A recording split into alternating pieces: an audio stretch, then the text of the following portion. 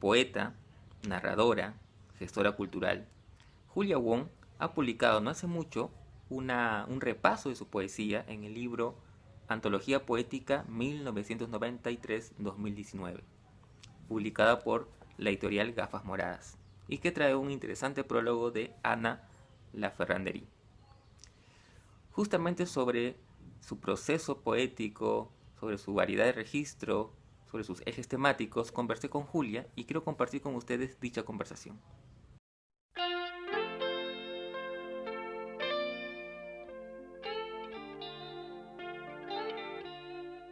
Hola Julia, gracias por tu tiempo y por permitirnos charlar sobre tu libro, que es en realidad una antología de tu poesía, antología poética del 1993 al 2019, publicado por Gafas Moradas.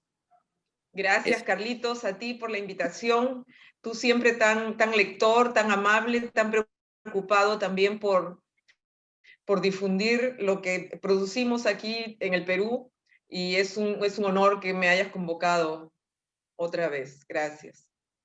No, gracias a ti, Julia. Bueno, quería empezar un poco la charla preguntando cómo ha sido para ti, digamos, enfrentarte a esta antología, que es de alguna manera una suerte de obligado repaso por tu obra poética, ¿no? Es tu primer libro, son 14 libros de poesía. ¿Cómo ha sido ese enfrentarte con, con tu obra en general, ¿no? ¿Y cómo fue la selección de poemas para cada libro? Creo que ya fue dándose el momento porque, bueno, no son en sí 14 libros, ¿no? Hay varias plaquettes. ¿A qué se refiere una plaquette? Que es una producción mucho más simple, no hay una gran cantidad de poemas y a veces no hay unidad, ¿no? Un plaquete es como lo que juntaste en un cierto periodo determinado de tiempo y no necesariamente un libro como un libro. Creo que libros como libros formados, así con toda la convención o lo que bajo el canon se denomina un libro, pensar un concepto, incluir determinadas, entre comillas, hasta una ideología, es un proceso mucho más largo, ¿no? Y hay algunos que no caben dentro de ese rubro libro, más dentro del rubro plaquette, llamaremoslo así. Por un lado te imaginarás que no sé si es el ego o el orgullo propio de haber producido tanto, se ve satisfecho, ¿no? Porque tú dices, pucha, alguien está viendo que yo escribo desde hace tantos años y no estoy así como en un cajón de que, nunca voy a olvidar cuando alguien una vez me dijo, ¿cómo? De loco y de poeta todos tenemos un poco, ¿no? Y esa idea de que, sobre todo cuando vienes de provincia, de que ser poeta es un poco loco, ¿no? Y nadie está creyendo que todas tus lecturas, todo tu afán, toda tu construcción del lenguaje, todo el cambio de la modernidad ha significado un arduo trabajo. Y para remate, económicamente no retribuido, ¿no? Entonces es difícil hacer valer eso en un mercado o en una sociedad que valora totalmente otro tipo de literatura o otro tipo de producción de libros, y también que no valora los procesos, ¿no? Estamos constantemente tras la inmediatez, tras lo que se actualiza en un algoritmo de presentación marketera, y todo lo que va atrás se va olvidando. Y yo creo que la idea de proceso es importante, ¿no? Cuando tú, por ejemplo, ves a tu hijo que a pesar de sus errores cambia y hace cosas buenas, no puedes olvidar el proceso, ¿no? Porque no puedes enfocarte solo en el momento y decir, es así, ¿no? O sea, hay todo un proceso para que una persona llegue a un determinado estado. Entonces, cuando Lisbeth Alvarado de Gafas Moradas me convocó, por supuesto que ardía el cielo en fuegos artificiales, porque sentía que alguien sí me había estado siguiendo ese trabajo, ¿no? Pero después, como tú dices, enfrentarse al texto y decir, ¿y ahora qué? ¿Y ahora cómo van a ver que yo antes escribía cualquier cosa? No cualquier cosa, pero que no elaboraba bien, porque ni siquiera ha habido momentos en que ni siquiera siento que hablaba bien castellano de tanto viaje y vivir en otra parte, ¿entiendes? Entonces es como un desvestirte, un transvestismo muy honesto, ¿no? Este tipo de antología. Tanto para la persona que está creyendo en ti, como para ti que estás abriéndote totalmente y no, sin jugarte ¿cómo te puedo decir? la idea del mercado, sino jugándote realmente tu propia vulnerabilidad, ¿no? Tus propios errores, tu propio proceso, lo que has aprendido y lo que no, ¿no? Es como decir, mira, esta es la tarea que yo he hecho de por vida y seguro hay momentos en la tarea en que no tengo la estrellita o que no la hago, como se dice, ¿no? Entonces, arriesgarse a ese paso fue difícil, pero Lisbeth me llevó de la mano, ¿no? Lisbeth es una muy buena editora, muy correcta, muy concreta, y ella sabía lo que quería, ¿no? O sea, ella sabía mejor lo que quería que yo, porque la idea de juntar me venían contando varios desde hace 3 años, algunos editores peruanos, unos amigos en Chile y unos en México, pero como quien tira un tiro al aire, ¿no? O sea, oye, Julia, hay que sacar tu antología, mira cuánta poesía tienes, y mira, se nota que hay un proceso y que hay un cambio, como diciéndome, se nota que has aprendido y que lees mejor, no tanto, ¿no? Pero nadie se arriesgaba, pues, nadie se arriesgaba, es como que, no sé, tú dices, ya, la próxima me voy a ir en un crucero al Polo Norte, pero nunca te compras el pasaje, ¿no? Y Lisbeth fue como que se compró el pasaje ella conmigo, ¿no? Porque me dijo, lo hacemos y lo juntamos. Entonces yo creo que en ella hubo una visión, y si te das cuenta en todos los libros que está sacando Gafas Moradas, ahorita ella tiene una visión clara. Aparte es editora hace años, ¿no? De otros fondos importantes. Entonces ella sabe cómo trabajar tanto con el autor como con el texto. Entonces creo que me puse en manos de la persona equivocada, perdón, adecuada, ¿no? Y no de la persona equivocada en el sentido que tú a veces te dejas llevar por lo que te ofrecen y no por lo que realmente la persona sabe o quiere hacer contigo. Ahora, el resultado de que la gente compre o no compre, no lo sé, pero muchos amigos me han enseñado la foto, me dicen, ya compré, ya compré. Entonces el libro se está vendiendo y yo feliz, ¿no? Porque gana ella y gano yo. Claro, es verdad. Ahora, lo que dices es interesante en el sentido de que de alguna manera eso permite ver el proceso, como tú dices, ¿no? Y como todo proceso, pues uno vislumbra la evolución. Y creo que en ese proceso o en toda evolución, las partes son importantísimas porque de alguna manera, eh, tú dices, digamos, coloquialmente, eh, he aprendido en el camino, ¿no? Pero en realidad tienes poemarios importantes que quizás no hubiesen sido llegado a esos niveles si no hubiese existido los poemarios anteriores, digamos, ¿no? Que todo forma parte de un fluir, de un proceso. No sé Eso cómo sí lo es ves. verdad, ¿no? Es como que no puedes hacer la maestría si no has hecho primero el bachillerato, ¿no? O sea, aunque digas, me saqué 0 en tal cosa, después aprendí. Sí, y hay retrocesos también, ¿no? Porque hay como ciertas energías estéticas, y te lo digo por mis propias vivencias, en que a veces siento que algo me jala, llámesle la infancia, o llámesle Macao, o llámese Alemania. Entonces son fuerzas, ¿no? Que te van tirando y te hacen producir unas determinadas concepciones o simbolismos, pero que están en constante juego, ¿no? Y en los momentos más luminosos, o en el momento cuando he tenido mejores editores, porque yo siempre muestro antes de publicar, ¿no? Casi siempre he tenido una persona que me lee, me edita, me dice qué va, qué no va. Me doy cuenta que también esa mano, esa ayuda, coadyuva a que el texto final tenga un efecto distinto a que si se fuera una hoja al viento, ¿no? Yo lo que sí he querido, creo que eso sí ha sido muy voluntario, es que cuando tú piensas, yo paso por la vida, yo quisiera que se note que fui mejorando, ¿no? Que fui dando cada vez más, no dando más, que se note el aprendizaje, porque ¿sabes qué es lo triste? Venir de una cultura de talentos, entre comillas, donde todo el mundo dice, oh, era el gran talento, y el resto aplaudan, ¿no? Y donde no se valore la cultura del aprendizaje, la cultura del ahínco, la cultura del trabajo y la voluntad, ¿no? Creo que eso sí es bien importante en el Perú, en un país donde prácticamente ¿cómo te podría decir? Te catalogan o te categorizan desde niño, por más que tú digas, cualquiera puede llegar a hacer cualquier cosa, ya desde la crianza o de las formas de ver de los padres, los adultos en la escuela, te van poniendo etiquetas, ¿no? De lo que podrás y no podrás. Y creo que también me encantó de la antología la idea de decir, no es lo que puedas o no puedes, es donde tú inviertas tu energía, tu tiempo y tu voluntad, ¿no? Tiene mucho que ver esos 3 aspectos que están mucho más allá del talento nacido, ¿no? O de lo... de lo que se supone que tú traes en el chip, ¿no? Incluido. Claro. Y mencionas esto de las etiquetas. Otra cosa también importante o interesante que yo he visto al ir leyendo el libro que recoge los títulos que, que componen tu antología, es que hay una, digamos, en ese aprendizaje creo que también hay una curiosidad bastante latente en ti, es decir, de explorar nuevos caminos, ¿no? Lo que hace que digamos, entre libro y libro hayan registros diferentes, por ejemplo, ¿no? Entonces, uno puede ver varios registros, es decir, es distinto a quizás un autor que encuentra una fórmula, por decirlo de alguna manera, y repite, ¿no? En tu caso, lo que yo veo es más bien que vas haciendo cosas diferentes, entre libro y libro, ¿no? Digamos, hay libros que son totalmente diferentes y uno los compara, ¿no?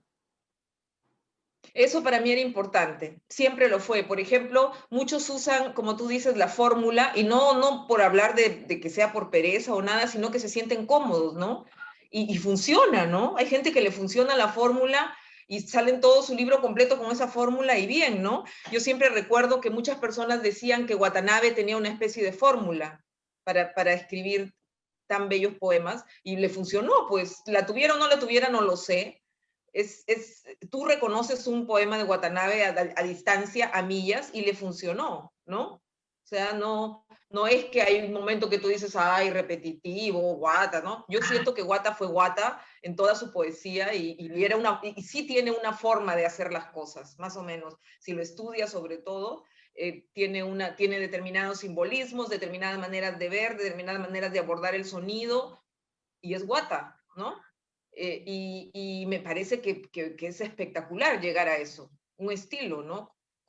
Pero yo no lo tengo y no lo quería. No lo quería porque una de mis propuestas era que todos los cambios que fueron muy tempranos en mi vida, yo no he sido una persona que eligió los cambios, he crecido en el cambio, ¿no?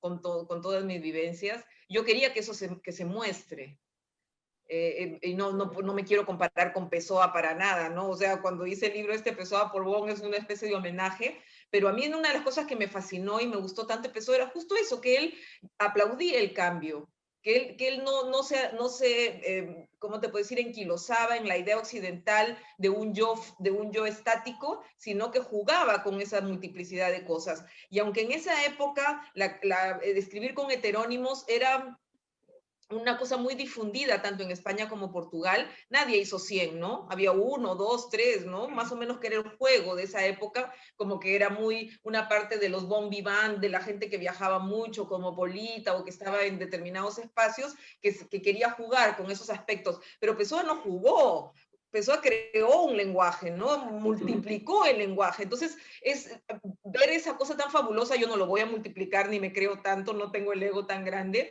pero sí quería que se multiplicaran esas experiencias estéticas en momentos distintos y que eran totalmente distintas unas de otras. Yo no podría, ponte, hablar del momento de la vergüenza cuando descubres cosas de tu familia con la parte cuando entiendes la historia de China, que también me partió, llamémoslo así, ¿no? Me cindió. Entonces, yo quería que se note. Creo que también hay una cosa sí, de estética, de decir, no es igual es un momento así con un momento así. Y solo se nota en la propuesta formal, ¿no? Porque quizá en el lenguaje puedo incluso repetir ciertos conceptos, pero la propuesta estética, ya sean poemas más pequeños o donde no seas tan narrativo, con poemas que sean mucho más narrativos, mucho más pesados, eso sí fue una decisión, una elección, ¿no? Ujú. Claro, y a veces pienso también que en esa diversidad de registros, ¿no? Como mencionas, eh, también se empata, digamos, con algunas, digamos, recurrencias conceptuales o temáticas, digamos, ¿no? Por ejemplo, ¿no? Pensaba en eh, por un lado el desarraigo, pero más que desarraigo, leí un término que me parece más preciso, que es el de Ana Laferranderi, que hace el prólogo del libro, ¿no? Cuando ella dice arraigo múltiple. Y creo que me parece que calza Y por mejor, ahí va, ¿no? sí. También, si le pedí a Anita que escribiera el prólogo, es también porque ella tiene un arraigo múltiple, ¿no? Ella es tan uruguaya como argentina, o sea, no es de las personas que dejó la tierra, se fue a la otra y tiene nostalgia. Ella vive entre los dos lugares, ¿no? Y tiene ese arraigo doble, solo doble. Pero ¿cómo yo no tenerlo múltiple si por una parte yo soy Tuzán, que has visto, tengo ya el arraigo de los padres en el ADN y después por la vida que he llevado, imposible pasar de a por alto 9 años en Alemania o 6 años en Asia o 8 en Argentina. O sea, no te fuiste de viaje a tomar una foto, te fuiste a tener una vida y pasaste un tiempo y pensando que te quedabas, ¿no? Ahora, estas vueltas a Perú, no sé si es el todos vuelven del vals que me arrastra acá, de repente acá un día me quedo de tanto volver, pero también son cosas de mi familia que no las puedes resolver en otra parte, ¿no? O sea, ponte la relación con mis hermanos, por más difícil que sea, ellos son más peruanos que yo, ¿no? Yo escucho a mi hermana cómo habla del Perú, yo jamás he tenido esos sentimientos, ¿no? Y ella también es Tuzán, y ella también ha vivido en Macao, pero su forma de ver el Perú es arraigadísima, ¿no? Y yo no tengo eso. No sé en qué momento se cortó y entonces hasta me enorgullece que mi hermana lo tenga, ¿no? Mi hermano, por otro lado, está más todavía, o sea, también tiene triple arraigo porque ha vivido 30 años en Estados Unidos, ahora ha vuelto al Perú y también es Tuzán, ¿no? Y ellos tienen una visión totalmente distinta. Entonces, creo que somos menos parecidos y menos hermanos que cualquier persona, tú y yo. Creo que tú y yo tenemos más en común que yo con ellos, ¿no? Y sin embargo los aprecio y me enorgullecen, ¿no? También me dan cólera por rato, pero te digo, su sentido de la vida, yo admiro lo que ellos han hecho de sus propias vidas, ¿no? Son dos personas muy coherentes con lo que han querido hacer, ¿no? Y tienen también otros arraigos, ¿no? Porque tampoco son personas que te dicen, yo fui de paseíto por ahí y no me gustó. Son personas que han tenido hijos en otro país, bueno, mi hermano o mi hermana que ha estudiado en otro país y ha regresado, o sea, ¿no? Y como nosotros hay muchos, solamente que en mi caso hay una multiplicidad, sí, pues hay como 4 o 5 y quizá en la mayoría hay solo 2 o 3, ¿no? Y en mi caso hay 4 o 5 y eso me hace más, un poquito más salida del cajón, llamémoslo así, ¿no? Que tengo unas puntas o como te puedo decir, unas estacas o púas más filosas, pero no es, o sea, en principio no es muy diferente a lo que muchos les pasa. Cuando leo a Natalie Villena, por ejemplo, que vive en Francia, ¿no? Doble arraigo, porque jamás vas a decir Natalie dejó de ser peruana porque cuando habla con su acento cusqueño y piensa en el Perú es totalmente peruana, pero supongo cuando habla francés con sus hijos no siente nada al Perú, ¿no? Entonces ahí cuando Ana me expresó ese concepto me pareció genial porque yo nunca lo había pensado antes así. También pensaba, hay palabras como cosmopolita, migraciones, múltiple cosmovisiones, aculturación. Hay una serie de conceptos tanto sociológicos como psicológicos, pero esta idea del múltiple arraigo me la enseñó Ana y yo, bueno, venga para acá, dije, ¿no? Y su texto es muy bonito. Sí, a mí me pareció que justamente calzaba preciso en tu caso, ¿no? Sobre todo en tu caso. Bueno, quizás sea el caso que yo más conozco de ese arraigo múltiple, ¿no?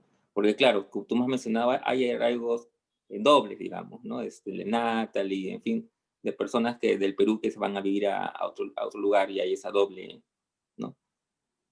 Ahora, volviendo al tema de esta, digamos, entre comillas, perseverancia, porque de alguna manera tú mencionabas al inicio, pues, que la poesía tiene esta idea entre aquella gente de asociarlo con la locura. Me imagino que también por el hecho de que, como tú dices, no es redituable, entonces hay que ser loco para escribir algo que no va a ser rentable.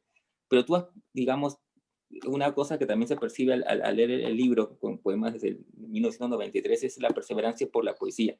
A pesar de que tú también eres una gran prosista, porque tienes tus novelas y algunos libros de cuentos. Eh, ¿Cómo haces, o si es que haces o no haces esta distinción entre la poesía y la narrativa? ¿Cómo te mueves en esos dos frentes? Bueno, es muy grande, Carlitos, no me la creo. Creo que la perseverancia más bien tiene que ver con que siento que nunca doy la talla, ¿no? Yo tengo un complejo de inferioridad espantoso con todo lo que hago. pero no al punto de que no crea que no lo puedo hacer, pero en que tengo, como dicen, el otro día me dijo un amigo en México, es que tú eres demasiado chancona. Sí, yo soy chancona, soy de las que se lee las cosas, las que hace apuntes, las que dice esto es así. O sea, como dice, de buscarle la quinta pata al gato para sentir que estoy presente en el texto, ¿no? Tengo esas manías y eso viene, dicen, de las personas que tenemos un complejo de inferioridad. Bueno, no sé si en psicología eso es verdad o me lo han dicho por molestar, pero sí hay una intención, ¿no? De manejar diversos recursos, porque a veces siento, ponte, que soy muy narrativa en la poesía y muy lírica en la prosa, ¿no? Como que se me pasan las arenas de un lado a otro, pero por otro es que como que tengo claro que el simbolismo de la poesía es solo poético, por más que sea narrativo, tú no estás metaforizando igual que en la narrativa, para nada, ¿no? O sea, la narrativa tiene otros caminos, quiere decir otras cosas. Y en la poesía, por ejemplo, este chico James Quiroz, ¿no? Que me encanta, creo que es de Chimbote o de Trujillo, que sus poemas a veces parecen también bastante narrativos, pero es absolutamente metafórico y de un ritualismo y de un misticismo que solo podría llamarse poesía, ¿no? Pero si alguien lo ve así escrito de largo, como él suele escribir cosas que parecen relatos, dirá, bueno, esto es prosa poética, una cosa así. Y no tiene que ver tanto la forma, sino creo lo que tú quieres simbolizar, ¿no? Y eso es, ahí sí son dos cosas distintas, porque hay momentos en que yo quiero contar cosas. O sea, realmente, quiero decir, esa señora se puso el tacho en la cabeza y es un cuento, no estoy metaforizando nada, ¿no? Y hay un momento en que decía, llevaba el tacho como flor y de repente estoy metaforizando que la mujer estaba pensando en, no sé, en Caín y Abel, ¿entiendes? O sea, son dos resultados distintos y eso yo quisiera transmitirlo, por eso es que juego, ¿no? Y muchas veces te juro que digo, alguien se dará cuenta, alguien estará leyendo, alguien, o estoy yo ya tan pasada, como dicen, de la caída del catre, que solo yo ando metida en ese rollo, ¿no? Pero después cuando veo cosas que escribe, ponte ahora, Pablo Salazar Calderón ha empezado a escribir sus críticas y las publica, y me fascina porque digo, no estoy tan sola en esas elucubraciones, ¿no? O sea, son, como te puedo decir, creo que es el tipo de crítica que yo amo, que también es poética, ¿no? Donde tú te das cuenta dónde están los aspectos narrativos, dónde los simbólicos, dónde los metafóricos, dónde vienen las lecturas, dónde viene tu propia lectura y dónde resulta esto cosa que surge y igual tu propia poesía, ¿no? Yo también creo que Pablo ahora ha publicado más cosas porque también se arriesga a tener ese tipo de multiplicidad de miradas, ¿no? Y es lo que muchos no se quieren arriesgar. O sea, algunos, yo me doy cuenta que muchos poetas, sobre todo de mi generación, las mujeres, ya se han quedado, vamos a hablar del cuerpo, vamos a hablar de esto, vamos a hablar de feminismo, esto, ya está, ¿no? Y me parece muy poco, ¿no? O sea, somos más que eso.